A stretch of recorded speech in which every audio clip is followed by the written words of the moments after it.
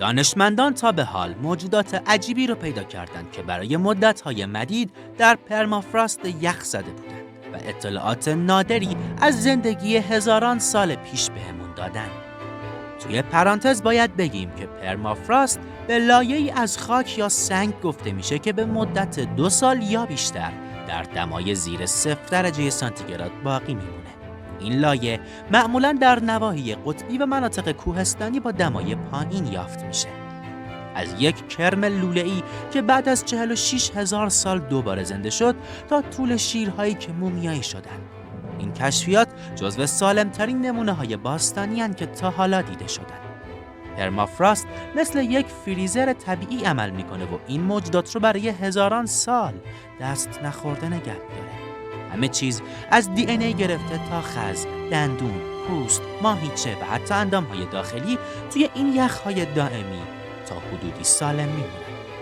پرمافراست ترکیبی از خاک، سنگ و شنه که با یخی که در طول کل سال منجمد باقی میمونه کنار هم نگه داشته شده و یک محیط عالی برای حفظ این بقایا ایجاد کرده.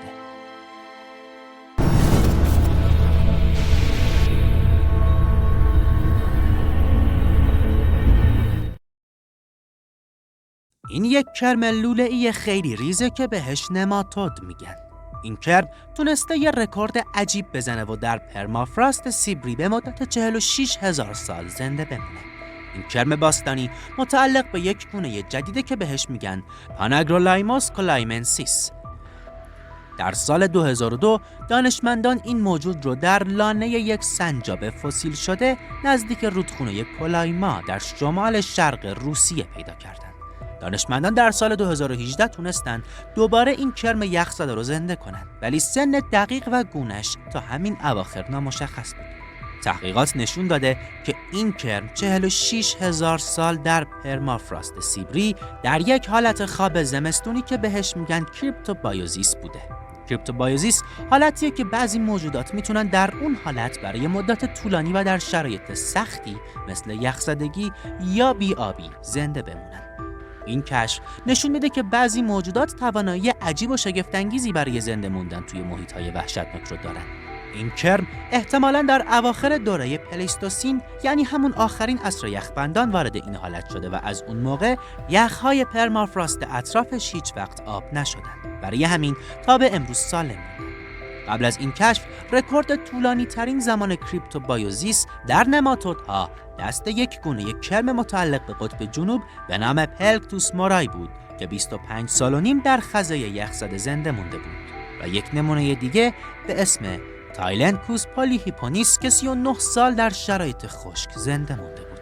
دانشمندان ژن‌های پاناگرولایم کلایمنسیس رو با یک گونه معروف دیگه به اسم کینورابیدیتیس الگانس مقایسه کردن و فهمیدن که هر دو گونه ژن‌هایی دارن که بهشون کمک میکنه بتونن در شرایط سخت مثل بی‌آبی و یخزدگی زنده بمونن. در داخل آزمایشگاه تیم تحقیقاتی متوجه شدن که وقتی این نماتودها وارد یک حالت بی‌آبی به نام آنهایدروبایوزیس میشن و مقدار زیادی ترهالوز تولید میکنن که یک نوع قنده که از سلولهاشون محافظت میکنه. وقتی کرم‌ها رو تا منفی 80 درجه سانتیگراد منجمد کردن، متوجه شدن که اگه قبلش خیس نباشن میتونن زنده بمونن، ولی اونهایی که بدون خشک شدن یخزده بودن دوام نیاوردن. این ویژگی باعث میشه بعضی از نماتودها بتونن برای میلیون‌ها سال در شرایط کریپتوبایوزیسی زنده بمونن.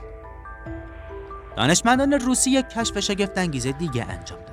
یه بچه کرگدن پشمالو که بین 32 تا 40,000 سال قدمت داره و در یخ‌های پرمافراست دست نخورده مثل یک ماشین زمان طبیعی باقی مونده. این کرگدن که به افتخار منطقه‌ای که پیدا شده بهش کرگدن آبیسکی میگن، در تابستان 2020 نزدیک به رودخونه تیرختیاخ در جمهوری ساخا کشف شد. این کرگدن با اینکه هزاران سال در یخ گیر کرده، ولی پوست، بافت‌های نرم و حتی خزه‌هاش فوق‌العاده سالم باقی مونده. چیزی که این کشف رو جالب‌تر میکنه سن کرگدن موقع مرگشه که حدود 4.5 سال بود. خز کوتاه‌تر و روشن‌ترش هم نشون میده که جوان بوده، چون کرگدن‌های پشمالوی بالغ معمولاً موهای ضخیم‌تر و تیره‌تری داشتن. یکی از عجیب‌ترین چیزهایی که دانشمندان توی این کرگدن پیدا کردن وجود یک کاهان چربی روی پشتش بود. چیزی که تا حالا توی هیچ کرگدن پشمالویی دیده نشده بود. احتمالاً این کاهان مثل چربی ماموت‌ها بهش کمک می‌کرده که توی زمستون‌های سخت عصر یخبندان زنده بمونه. کرگدن‌های پشمالو جزو گیاهخواران غول‌پیکری بودند که در شمال اوراسیا، مخصوصاً سیبری زندگی می‌کردند. این موجودات از حدود 3.6 میلیون سال پیش وجود داشتند و حدود 10,000 سال پیش منقرض شدند. با اینکه در گذشته جمعیت زیادی داشتند، ولی نمونه‌های سالمی که تا الان کشف شدند خیلی کمیابند. تا حالا فقط 6 تا کرگدن پشمالوی منجمد شده توی ساخا پیدا شده که معروف ترینش همون ساشا کشف شده در سال 2014 بود. یه بچه کرگدن با یک لایه موی طلایی رنگ که نشون میداد حتی کرگدن‌های جوان هم خودشون رو با سرما وفق داده بودن. در همین منطقه منجمد توی سیبری بقیه حیوانات عصر یخبندان مثل ماموت‌ها، گرگ‌ها، شیرهای قارزی و حتی پرنده‌های ماقبل تاریخ هم کشف شدن. ولی حالا که به خاطر تغییرات آب و هوایی پرمافراست داره ذوب میشه، این بقایا با سرعت بیشتری از دل یخ بیرون میان. مشکل اینجاست که وقتی این موجودات یخی در معرض هوا قرار بگیرن خیلی زود فاسد میشن. واسه همین دانشمندا باید سریعاً وارد عمل بشن و اونها رو بررسی و حفظ کنن. تصور کنید یک توله شیر قارزی تقریباً 28,000 ساله که توی یخ‌های پرمافراست سیبری گیر کرده. اونقدر خوب حفظ شده که حتی میشه تک تک سیبیل‌هاش رو دید. این توله شیر که بهش اسپارتا میگن، یکی از بهترین نمونه‌های حفظ شده ی حیوانات عصر یخبندانه که تا حالا پیدا شده. دندون‌ها، پوست‌ها، بافت نرم و حتی اندام‌های داخل اسپارتا توسط یخ به طور کامل مومیایی شدند. اسپارتا جزو گروهی از توله شیرهای قاری به نام پانترا اسپلاست که توی منطقه یاکوتیا یه جای دور افتاده توی شمال شرق روسیه پیدا شده. سال 2018 یه مرد محلی به اسم بوریس بارانوف وقتی در دشت‌های منجمد سیبری به دنبال عاج ماموت میگشت، اسپارتا رو کشف کرد. به خاطر قوانین سختگیرانه تر شکار و تجارت حیات وحش، خیلی از شکارچیان عاج مثل بارانوف حالا توی شمال یخزده سیبری دنبال عاج‌های باستانی میگردن. با گرمتر شدن زمین و آب شدن بیشتر پرمافراست، این شکارچی‌ها دارن به کشف‌های شگفت‌انگیزی میرسن. جالبتر این که اسپارتا حتی اولین توله شیر قارزی نبود که بوریس پیدا کرد. فقط یه سال قبل و تقریباً 15 متر اون طرفتر یه توله شیر دیگه هم پیدا کرده بود که به اسم خودش بوریس نامگذاری شد. هرچند بوریس به خوبی اسپارتا سالم باقی نمونده بود. احتمالاً سالم نبودنش به خاطر فرو ریختن یک غار پرمافراست بوده، اما هنوز هم وضعیت شگفت‌انگیز بود. محققان فکر میکنند هر دو توله شیر وقتی که مردن فقط 1 یا 2 ماهه بودن. با این حال، با اینکه فاصله کمی با هم داشتن، بوریس احتمالاً حدود 15,000 سال از اسپارتا مسن‌تره. بیشتر اطلاعاتی که درباره شیرهای قارزی داریم از فسیل‌ها، ردپاها و نقاشی‌های باستانی غارها به دست اومده. اما اکتشافاتی مثل اسپارتا و بوریس به ما یک نگاه نزدیک به این شکارچیان عصر یخبندان میده. این شیرها شبیه شیرهای امروزی بودن، اما خیلی بزرگتر و با موهای ضخیم‌تر که بتونن هوای سرد رو تحمل کنند. برخلاف شیرهای آفریقایی، شیرهای قارزی احتمالاً یال نداشتن یا اگر هم داشتن خیلی کم پشت بوده. نقاشی‌های پیدا شده در داخل غارها که متعلق به انسان‌های اولیه بوده همین موضوع رو تایید میکنه، چون معمولاً شیرها رو با خطوط تیره روی صورت نشون میدادن، نه یال‌های بزرگ. چون اسپارتا و بوریس هنوز توله بودن، نمیتونیم دقیق بگیم شیرهای بالغ قارزی چه شکلی بودن، اما فعلا میدونیم که موهاشون بیشتر قهوه‌ای مایل به زرد بوده با لکه‌های تیره روی پشتشون و دانشمندا فکر میکنن که موهاشون با بالا رفتن سن خاکستری میشده تا توی برف‌های قطبی راحت‌تر استتار کنن. اما چرا عدم وجود یال مهمه؟ چون میتونه بهمون بگه که شیرهای قارزی چجوری زندگی میکنن. توی شیرهای امروزی یالها به سلسله مراتب اجتماعی و ساختار گله ها مربوط میشه. دانشمندا هنوز دارن در مورد این موضوع با هم بحث میکنن که آیا شیرهای قارزی تنها زندگی میکردن یا مثل شیرهای امروزی در قالب یک گروه و به صورت دسته جمعی شکار و زندگی میکردن. البته یه سرنخ از غار شووه توی فرانسه به دست اومده، جایی که هنر عصر یخبندان یک شیر نر و ماده قارزی رو نشون میده که با کمک هم یک گاو میشه کوهاندار رو شکار میکنن. این نشون میده که اونها احتمالاً به صورت گروهی شکار میکردن، به خصوص وقتی که دنبال شکارهای بزرگی مثل ماموت‌ها یا کرگدن‌های پشمالو بودن. شکار به صورت گروهی همچنین میتونسته بهشون کمک کنه که شکارها و توله‌هاشون رو از دست لاشخورها حفظ کنن. با اینکه اکتشافات فوق‌العاده‌ای مثل اسپارتا و بوریس انجام شده، هنوز خیلی چیزها هست که درباره این شکارچی‌های عصر یخبندان نمی‌دونیم. چه کسی می‌دونه که دیگه چه چیزهایی در زیر پرمافراست پنهون شدن و منتظر کشف شدن هستن؟ این بچه ماموت‌های پشمالو که فقط 1-2 ماهه بودن، متاسفانه بعد از این که به داخل آب در بخش‌های مختلف سیبری افتادن، در داخل گل و لای خفه شدن. محققان میگن اون گل‌ها مثل خمیر غلیظی بودن که توی گلوی این بچه ماموتا گیر کردن و نمیتونستن بیرونش بیارن. بنابراین اونها عملاً نمیتونستن نفس بکشن. ماموت‌های پشمالو که از نزدیکان فیل‌های امروزی بودند، حدود 5.1 میلیون سال پیش توی آفریقا ظاهر شدند و در عصر یخبندان در اوراسیا و آمریکای شمالی پرسه می‌زدند. این موجودات حدود 10,000 سال پیش به خاطر ترکیب عواملی از گرم شدن هوا و شکار بی‌رویه توسط انسان‌ها منقرض شدند. اولین بچه ماموت لیوبا که در زبان روسی به معنای عشقه، سال 2007 توسط یک گله‌دار گوزن شمالی کنار یک رودخانه یخزده در شبه جزیره یامال سیبری کشف شد. لیوبا فوق‌العاده خوب حفظ شده بود و بدنش توسط باکتری‌های تولید کننده اسید لاکتیک که مانع نزدیک شدن لاشخورها می‌شدند به نوعی ترشی انداخته شده بود. بچه ماموت دوم به اسم خروما سال 2008 نزدیک رودخانه خروما در یاکوتیا پیدا شد.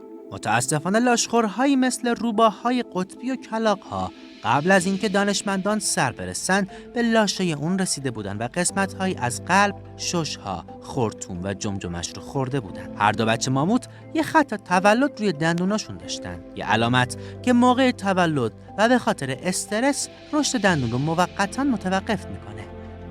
با شمردن لایه‌های رشد بعد از اون خط، محققان تونستن سنشون رو تخمین بزنن. لیوبا حدود 1 ماه و خروما 2 ماهه بوده. تصاویر CT اسکن جزئیات غم‌انگیزی از مرگ این دو بچه ماموت رو نشون دادن. لیوبا احتمالاً موقع عبور از یک دریاچه یخزده از یخ رد شده و با صورت به داخل گل فرو رفته که باعث خفگیش شده. بدنش نشونه‌هایی از واکنش شیرجه پستانداران رو داشته، مکانیزمی که با ورود به آب سرد فعال میشه. داستان خروما هم همینقدر دردناک بود. اون وقتی که کناره یک رودخونه ریزش کرد، توی جریان آب تند افتاد. کمرش شکست و وقتی داشت دست و پا میزد تا فرار کنه، گل و لای وارد ریه‌هاش شد. با وجود این مرگ غم‌انگیز، لیوبا و خروما اطلاعات ارزشمندی درباره زیست شناسی ماموت‌های پشمالو به ما میدن. از جمله این احتمال که مدت بارداریشون شاید از فیل‌های امروزی کوتاه‌تر بوده. پیدا کردن یک موجود باستانی در داخل یخ کار راحتی نیست، ولی دانشمندان روسی قصد دارن یک قدم جلوتر برن. یه تیم تحقیقاتی روی یک گاومیش کهاندار ما قبل تاریخ که فکر میکنن حدود 8,000 سال عمر داره، کالبد شکافی انجام دادن و مشغول بررسی‌اند تا ببینن آیا میشه اون رو شبیه سازی کرد یا نه. این گاومیش کهاندار تابستون سال 2022 در منطقه یاکوتیای روسیه کشف شد. حالا هرچند بدنش کامل نیست، ولی سر، 4 تا دست و پا و بخشی از قفسه سینه‌اش فوق‌العاده خوب مونده. به نظر میاد سن این گاومیش وقتی که مرده بین 1.5 تا 2 سال بوده. توی کالبد شکافی دانشمندان نمونه‌ای از ماهیچه، پوست و بافت نرمش رو همراه با مغزش جمع‌آوری کردن تا بیشتر مورد بررسی قرار بدن. الان هم دارن روی سن دقیقش تحقیق میکنن و با آزمایش کربن پرتوزا و بررسی‌های میکروبیولوژیکی میخوان بفهمن توی چه دوره‌ای زندگی میکرده و شرایط محیطش چطور بوده. این یه گاومیش جوونه که حدوداً 1.5 تا 2 ساله بوده. گاومیش‌های مشابهی که توی سالهای 2009 و 2010 پیدا شدن متعلق به 8,000 تا 9,000 سال پیش بودن. از اونجایی که بدن این گاومیش خیلی خوب مونده، بعضی از دانشمندان فکر میکنن شاید بشه از دی اون برای شبیه سازی استفاده کرد. البته شبیه سازی یک حیوان باستانی، اون هم بعد از هزاران سال که توی یخ گیر کرده، کار خیلی سختیه. برای این کار باید اول کروموزوم‌های سالم پیدا بشه، ولی معمولاً این کروموزوم‌ها در طی این مدت طولانی تیکه تیکه میشن. احتمالاً پیدا کردن یک کروموزوم سالم تقریباً به همون اندازه‌ایه که یک سکه رو 1000 بار پشت سر هم به هوا بندازی و هر 1000 بار شیر بیاد. حتی اگه شبیه سازی هم نشه، این گاومیش یه عالمه اطلاعات مهم درباره اکوسیستم عصر یخبندان و اینکه چطور میشه دی رو توی همچین شرایطی حفظ کرد به دانشمندان میده. یک توله گرگ قدیمی به اسم ژور به معنی گرگ که حدود 57,000 سال پیش زندگی می‌کرده و توی لونش بر اثر ریزش رسوبات جونش رو از دست داده پیدا شده. در مدت کوتاهی که زنده بوده از منابع غذایی آبی تغذیه می‌کرده و به خانواده گرگ‌های باستانی برینگین و گرگ‌های خاکستری سیبریایی مربوط می‌شده. باقی مونده بدن ژور حدود 41 سانتی متر طول داشت و وزنش فقط 670 گرم بوده. جالبه که با این ابعاد کاملترین مومیای گرگ در تاریخ این اکتشافات محسوب میشه. ژور تابستون 2016 در منطقه یخزده کلوندایک در نزدیکی شهر داوسون سیتی توی کانادا پیدا شد. جسدش کاملا سالم و مومیایی شده بود و توی یک رود یخی کنار لاست چانس کریک از توی رسوبات یخزده بیرون اومد. نکته عجیب این بود که حتی پوست و خز لب‌هاش هم سالم مونده بود. دانشمندان بررسی‌های زیادی کردن و به این نتیجه رسیدن که احتمالاً همون لحظه که لونش خراب شده بلافاصله هم مرده، چون هیچ نشونه‌ای از گرسنگی در بدنش نبوده. به نظر میاد وقتی که جونش رو از دست داد حدود 7 هفته سن داشت. حداقل این رو میدونیم که زیاد عذاب نکشیده. دانشمندان با بررسی ترکیبات شیمیایی داخل مو و دندون‌های ژور متوجه شدند که مادرش به مقدار زیادی غذاهای دریایی مخصوصاً ماهی‌های رودخونه‌ای می‌خورده. به احتمال زیاد ماهی سالمون چینوک که هنوز هم توی رودخونه‌های کلوندایک پیدا میشن بخش اصلی رژیم غذایی مادرش بوده.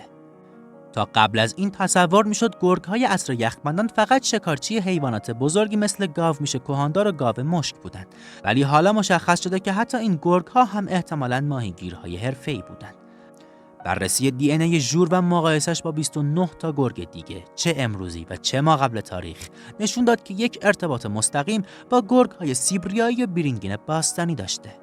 این موضوع نشون میده که پل خاکی برینگ یک زمانی بین آسیا و آمریکای شمالی وجود داشته و باعث شده این حیوانات بین دو قاره در رفت آمد باشن. یک کره اسب 42,000 ساله که از دل یخ‌های سیبری بیرون اومد، یه شگفتی علمی بی‌نظیر رو با خودش به ارمغان آورد. یعنی قدیمی ترین خون مایع که تا حالا کشف شده.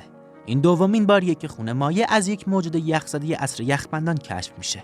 اولین مورد سال 2018 بود که خون از جسد یک ماموت 32,000 ساله ملقب به باترکاپ بیرون کشیده شد. ولی این بار 10,000 سال قدیمی تر از اون ماموته. این کره اسب که متعلق به گونه منقرض شده اسب لنا بوده توی دهانه باتاگایکا در شرق سیبری پیدا شده. دانشمندان تخمین میزنن که اون وقتی مرده بین 1 تا 2 هفته سن داشته و قدش حدود 98 سانتی متر بوده. احتمال زیاد اون هم توی گلولای عمیق و باطلاقی گیر افتاده و غرق شده. ولی به خاطر یخزدگی شدید بدنش تقریبا دست نخورده باقی مونده. حتی پوست، موها و ادرار داخل مثانه‌اش هم سالم موندن. اینکه بعد از این همه سال خون هنوز مایع باشه یه اتفاق غیر منتظر است. معمولاً خون توی بدن موجودات یخزده لخته یا خشک میشه، ولی در این مورد خون سالم مونده. دانشمندان این اتفاق رو یک فرصت طلایی میدونن چون ممکنه بتونن این آسیب رو شبیه سازی کنن. در حال حاضر یک تیم تحقیقاتی داره روی دی ان ای این اسب و چند تا موجود دیگه از عصر پلیستوسین از جمله ماموت پشمالو کار میکنه تا شاید بتونن اونها رو مجدداً زنده کنن. البته فارغ از بحث شبیه سازی، بررسی جسد این کره اسب کلی اطلاعات علمی ارزشمند هم داره. محققان میخوان ساختار خون، ادرار و محتویات معده و اندامهای داخلیش رو بررسی کنند. علاوه بر این، نمونه‌هایی از خاک و گیاهان باستانی اطرافش هم جمع‌آوری شده تا اکوسیستم سیبری در دوران پلیستوسین رو بهتر بشناسن.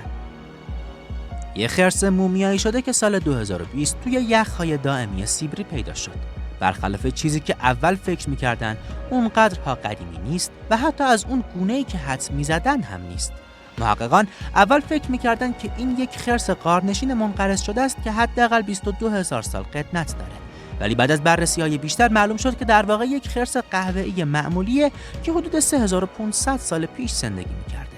این جسد که به طرز عجیبی سالم مونده، پوست، مو، دندون‌ها، بینی، چنگال‌ها، چربی‌های بدن و حتی اعضای داخلیش حفظ شده. این خرس رو چند تا گله داره گوزن شمالی در جزیره بولشوی لیاخوفسکی در دریای شرق سیبری پیدا کردن. محققان دانشگاه فدرال شمال شرقی در یاکوتسک به افتخار رودخونه بولشوی اتریکان که نزدیک محل کشف این جسد بوده اسمش رو گذاشتن خرس اتریکان. وقتی این خرس برای اولین بار پیدا شد، دانشمندا فکر کردند که این یک خرس غارنشینه.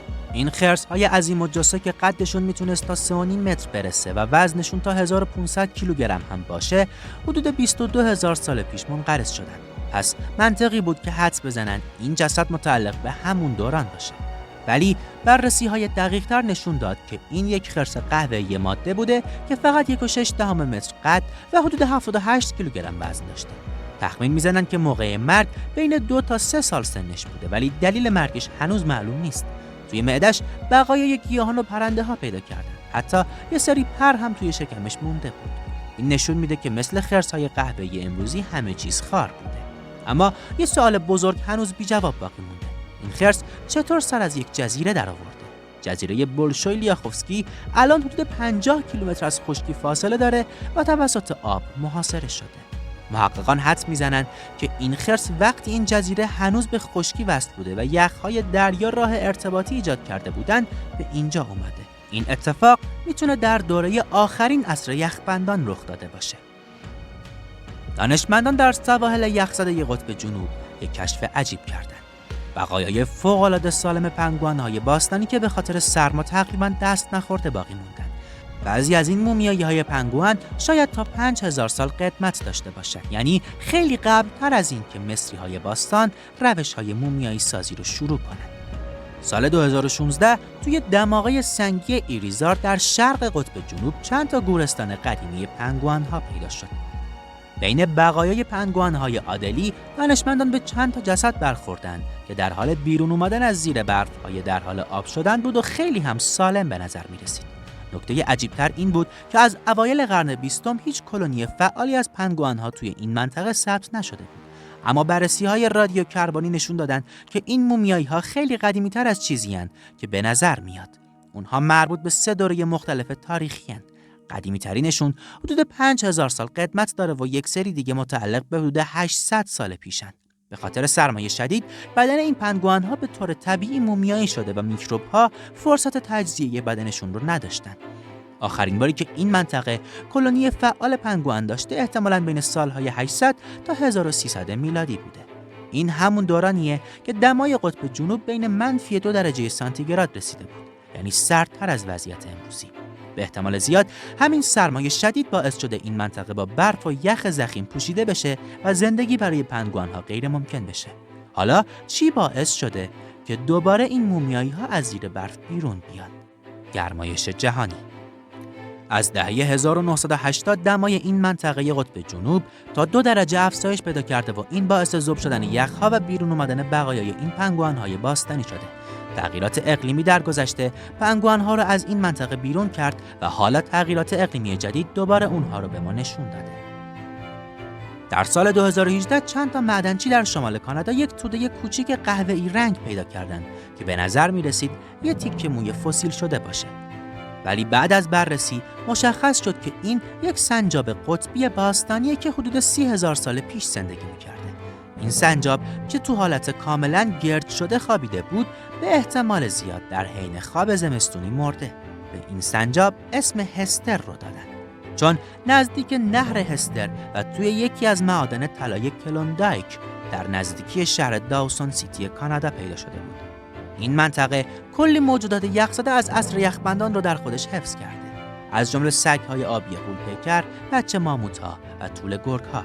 جالبه که سنجاب‌های قطبی امروزی هنوز توی یوکان و آلاسکا زندگی می‌کنن. به همین خاطر دانشمندا خیلی کنجکاون ببینن که آیا این موجودات میتونن توی تغییرات اقلیمی آینده هم دوام بیارن یا نه. اولش این توده کوچیک خیلی مهم به نظر نمی‌رسید، ولی وقتی دقیق‌تر بررسیش کردن مشخص شد که پنجه‌ها، گوشت‌ها و حتی دم سنجاب هنوز سالم مونده. ولی یه مشکلی وجود داشت. بدنش خیلی شکننده بود و نمیشد بازش کرد. برای همین دانشمندا تصمیم گرفتن با اشعه ایکس ازش عکس برداری کنند. با اینکه احتمال میرفت استخوان‌هاش کاملا از بین رفته باشند، ولی تصاویر اشعه ایکس نشون داد که اسکلتش کاملا سالم بوده. با اینکه دیرینه شناسان میدونن که این سنجاب جوان بوده، اما هنوز نتونستن مشخص کنن که چه جوری مرده. امیدوارم از این ویدیو لذت برده باشید. اگر ویدیو رو دوست داشتید اون رو لایک بکنید و اگر هنوز کانال تک ساینس رو توی یوتیوب سابسکرایب ندارید، ما رو دنبال کنید تا اوقات فراغتتون رو با ما بگذرونید و لذت ببرید. تا یک ویدیوی جذاب دیگه از تک ساینس. بدرود.